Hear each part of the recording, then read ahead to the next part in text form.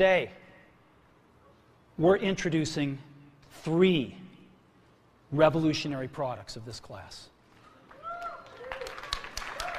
The first one is a widescreen iPod with touch controls.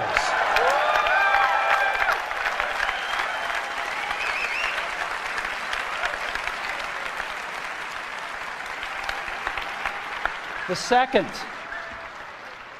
is a revolutionary mobile phone.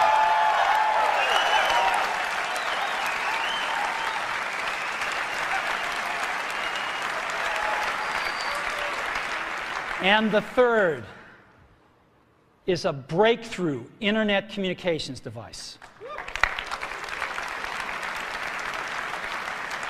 So, 3 things: a widescreen iPod with touch controls, a revolutionary mobile phone, and a breakthrough internet communications device. An iPod, a phone, and an internet communicator. An iPod, a phone.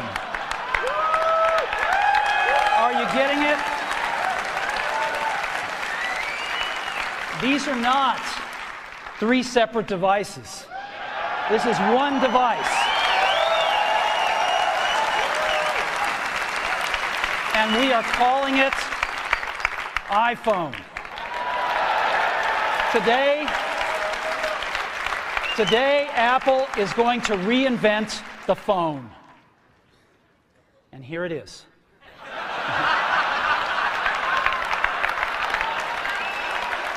No. Actually, here it is, but we're going to leave it there for now. So, before we get into it,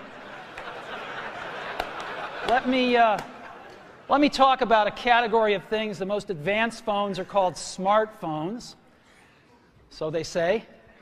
And they typically combine a phone plus some email capability, plus they say it's the internet, sort of the baby internet, into one device, and they all have these plastic little keyboards on them.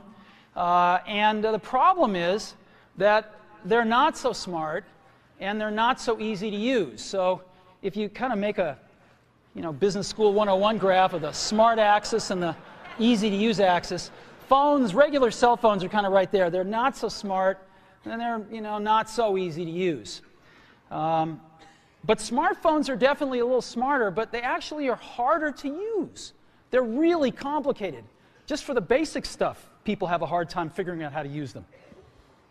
Well, we don't want to do either one of these things.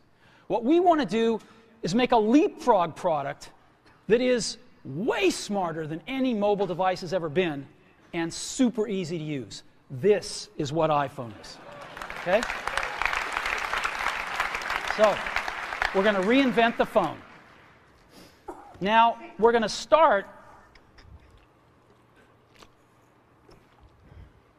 with a revolutionary user interface.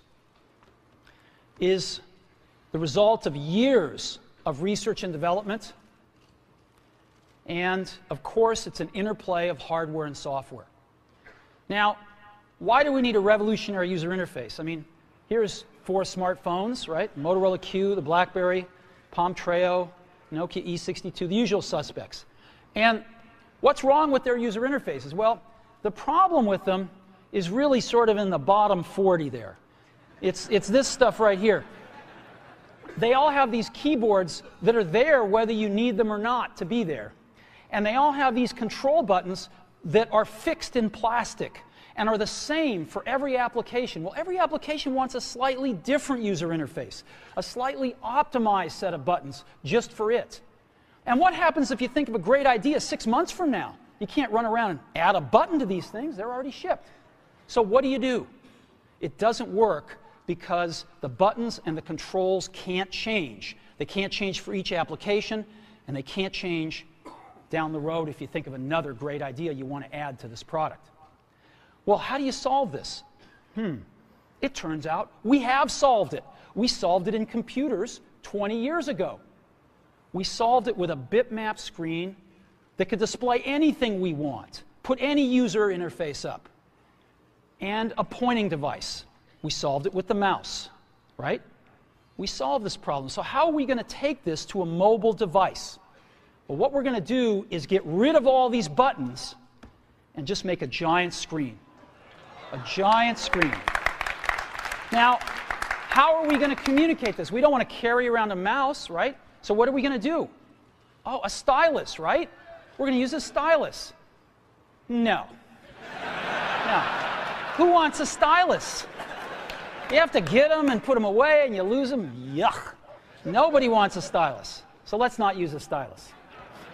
We're going to use the best pointing device in the world. We're going to use a pointing device that we're all born with. We're born with 10 of them. We're going to use our fingers. We're going to touch this with our fingers. And we have invented a new technology called multi-touch, which is phenomenal. It works like magic. You don't need a stylus.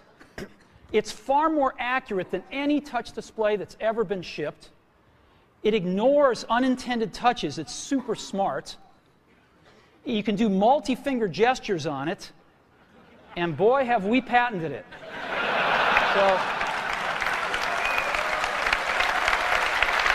So, we've been very lucky to have brought a few revolutionary user interfaces to the market in our time. First was the mouse. The second was the click wheel. And now we're going to bring multi-touch to the market. And each of these revolutionary user interfaces has made possible a revolutionary product. The Mac, the iPod, and now the iPhone. So, a revolutionary user interface. We're going to build on top of that with software. Now, software on mobile phones is like, it's like baby software. It's not so powerful. And today, we're going to show you a software breakthrough. Software that's at least 5 years ahead of what's on any other phone. Now, how do we do this? Well, we start with a strong foundation. iPhone runs OS 10. Now,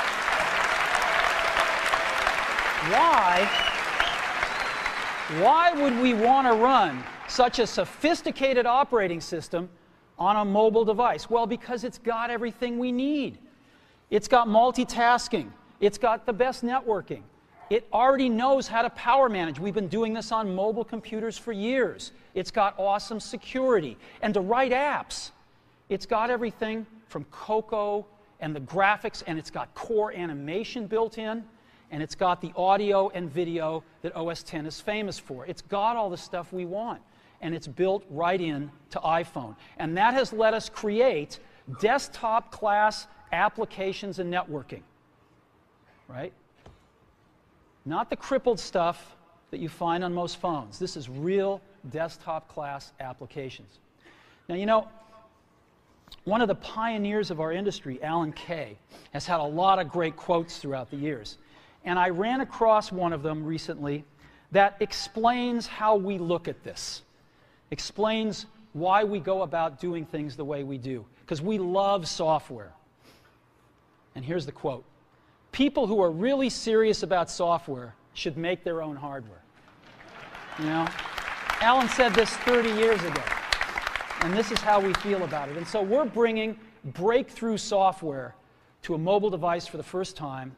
It's 5 years ahead of anything on any other phone. The second thing we're doing is we're learning from the iPod, syncing with iTunes. You know, we're going to ship our 100 millionth iPod this year, and that's tens of millions of people that know how to sync these devices with their PCs or Mac and sync all of their media right onto their iPod, right? So you just drop your iPod in, and it automatically syncs. You're going to do the same thing with iPhone. It automatically syncs to your PC or Mac right through iTunes. And iTunes is going to sync all your media onto your iPhone, your music, your audiobooks, podcasts, movies, TV shows, music videos, but it also syncs a ton of data. Your contacts, your calendars, and your photos, which you can get on your iPod today, your notes, your bookmarks from your web browser, your email accounts, your whole email setup, all that stuff can be moved over to iPhone completely automatically. It's really nice. And we do it We do it through iTunes. Again, you go to iTunes and you set it up, just like you'd set up an iPod or an Apple TV. And you set up what you want synced to your iPhone. And it's just like an iPod. Charge and sync. So sync with iTunes.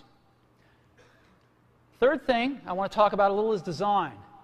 We've designed something wonderful for your hand. Just wonderful. And this is what it looks like. It's got a 3.5-inch screen on it. It's really big. And it's the highest resolution screen we've ever shipped. It's 160 pixels per inch. Highest we've ever shipped. It's gorgeous. And on the front, there's only one button down there. We call it the home button. It takes you home from wherever you are. And that's it. Let's take a look at the side. It's really thin. It's thinner than any smartphone out there at 11.6 millimeters. Thinner than the Q, thinner than the Blackjack, thinner than all of them. It's really nice. And we got some controls on the side. We got a little switch for ring and silent. We've got a volume up and down control. Let's look at the back. On the back, the biggest thing of note is we got a 2-megapixel camera built right in. The other side, and we're back on the front. So let's take a look at the top now. We've got a headset jack, 3.5 millimeter. All your iPod headphones fit right in. We've got a little tray for your SIM card. And we've got one switch for sleep and wake. Just push it to go to sleep, push it to wake up. Let's take a look at the bottom. We've got a speaker, we've got a microphone, and we've got our 30-pin iPod connector. So that's the bottom. Now, we've also got some stuff you can't see. We've got 3 really advanced sensors built into this phone. The first one is a proximity sensor. It senses when physical objects get close. So when you bring iPhone up to your ear to take a phone call, it turns off the display and it turns off the touch sensor instantly. Well, why do you want to do that? Well, 1, to save battery, but 2, so you don't get spurious inputs from your face into the touch screen. Just automatically turns them off, take it away, boom, it's back on. So it's got a proximity sensor built in. It's got an ambient light sensor as well. We sense the ambient lighting conditions and adjust the brightness of the display to match the ambient lighting conditions. Again, better user experience, saves power. And the third thing we've got is an accelerometer, so that we can tell when you switch from portrait to landscape. Use laptops and smartphones now. Everybody uses a laptop and or a smartphone. And the question has arisen lately, is there room for a third category of device in the middle? Something that's between a laptop and a smartphone. And of course, we've pondered this question for years as well. The bar's pretty high. In order to really create a new category of devices, those devices are going to have to be far better at doing some key tasks. They're going to have to be far better at doing some really important things. Better than the laptop, better than the smartphone. What kind of tasks? Well, things like browsing the web. That's a pretty tall order. Something that's better at browsing the web than a laptop? Okay. Doing email. Enjoying and sharing photographs. Video. Watching videos. Enjoying your music collection. Playing games. Reading ebooks.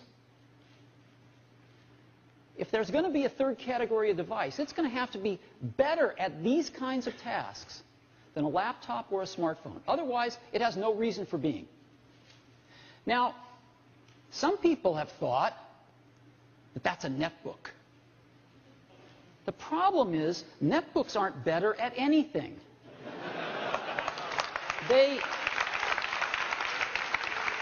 They're slow, they have low-quality displays, and they run clunky old PC software. So they're not better than a laptop at anything. They're just cheaper. They're just cheap laptops. And we don't think that they're a third category device. But we think we've got something that is. And we'd like to show it to you today for the first time. And we call it the iPad. So,